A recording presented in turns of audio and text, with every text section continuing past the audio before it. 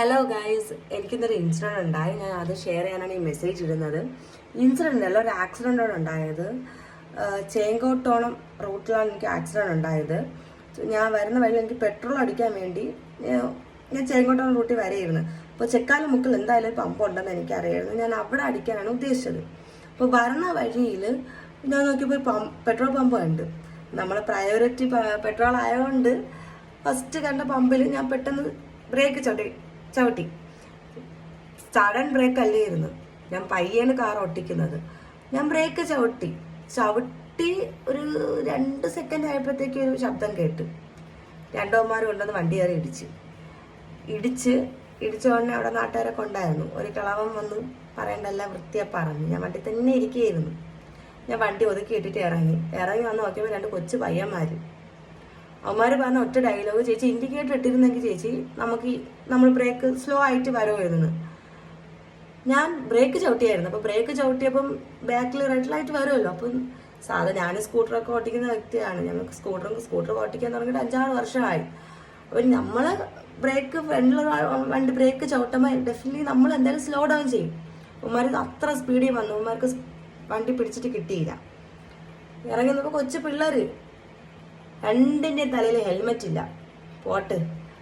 ഓട്ടിച്ച് അവന് ലൈസൻസ് പോലും ഇല്ല.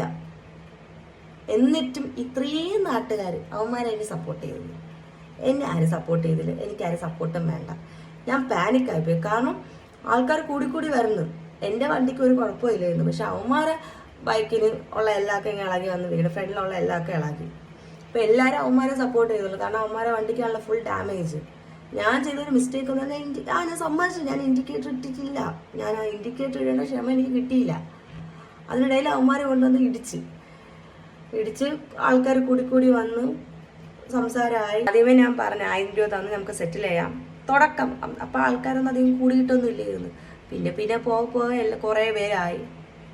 അവസാനം ആരെയൊക്കെ വിളിച്ച് 2000 രൂപ ചോദിച്ച് ഞാൻ 1500 രൂപ കൊടുത്ത്. അവിടെയാണ് ഞാൻ ചെയ്ത ബിഗ് മിസ്റ്റേക്ക്. ഞാൻ കൊടുക്കേണ്ട ആവശ്യമില്ലായിരുന്നു. ഞാൻ 1500 രൂപ കൊടുക്കേണ്ട ആവശ്യമില്ലായിരുന്നു. കാരണം അവന്മാർ കൊണ്ടുവന്ന് ഇടിച്ചിട്ട്, അവന്മാരാണല്ലോ ഇടിച്ചത്.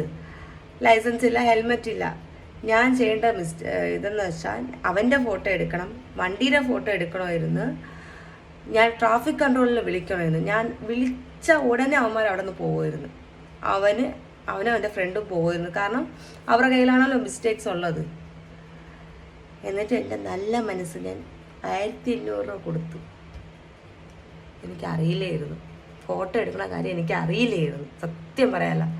അറിയായിരുന്നെങ്കിൽ ഞാൻ ഫോട്ടോ എടുക്കുമായിരുന്നു. ഞാൻ പൈസ കൊടുക്കൂലായിരുന്നു. ഞാൻ ട്രാഫിക് കൺട്രോളിൽ എന്തായാലും ഞാൻ വിളിച്ച് അറിയിച്ചേനായിരുന്നു. ഈ അബദ്ധം വേറെ ആർക്കും വരരുത്. നമ്മൾ സ്ത്രീകൾ പ്രത്യേകിച്ച് പാനിക് ആവരുത്. നമ്മളെ സപ്പോർട്ട് ചെയ്യാൻ ആരും കാണില്ല, നമ്മളെ കാണുള്ളൂ.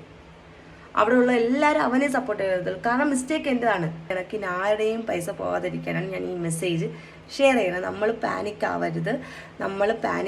നമ്മളത് സ്ട്രോങ് ആയിട്ട് ഇരുന്ന ഒരു നാട്ടുകാരെ നമ്മൾ നോക്കരുത്. നമ്മൾ അപ്പോൾ ഫോട്ടോ എടുത്ത് നമ്മൾ ട്രാഫിക് പോലീസിനെ വിളിക്കണമായിരുന്നു.